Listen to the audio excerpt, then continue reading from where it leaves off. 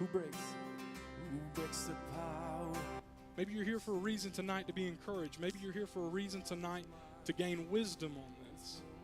Because we're all going to go through times where we feel alone. We're all going to go through times where we feel isolated. We're all going to go through times in life where we feel like the world is against us.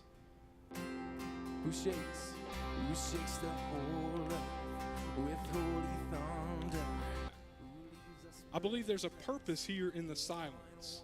The King of glory, the King above all kings. God is trying to tell you that even in your silence, I have loved you, I am loving you, and I will always love you. This is unfailing love, that he would take my place. And I want you to understand something, that we are never to confuse God's silence with his absence.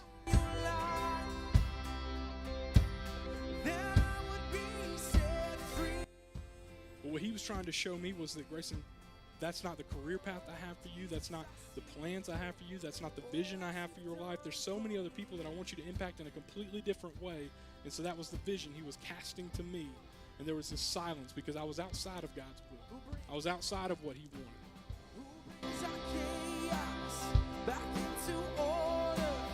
You feel that silence? What you have to remember is that you have to trust his presence. Because faith is believing in what we cannot see. King above all kings. Who rules? Come on. And sometimes in life, in our walk, in our Christian walk, there's this feeling where we can't see, we're not seeing things, we're not hearing things, but you have to trust in the fact that in the silence there is purpose. That God is working out his redemptive plan of history because he's got a pretty good track record of doing so.